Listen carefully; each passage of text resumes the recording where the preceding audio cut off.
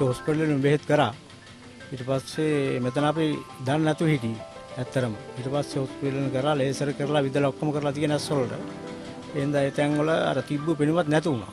ඊට පස්සේ මෙතන අපිට අපේ පුතෙක් තමයි කිව්වේ මේ වගේ තැනක් තියෙනවා මෙතන හොඳයි මෙහෙමයි යන්න කියලා. දැන් මාස 3ක් විතර වෙදකම් කරනවා මෙතන.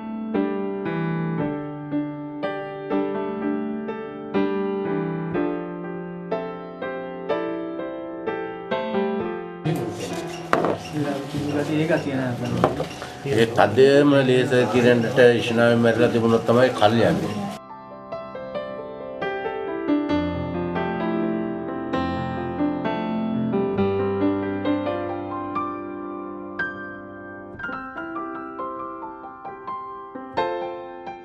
විද්‍යයි ලේසර් එක දෙකම කරනවා.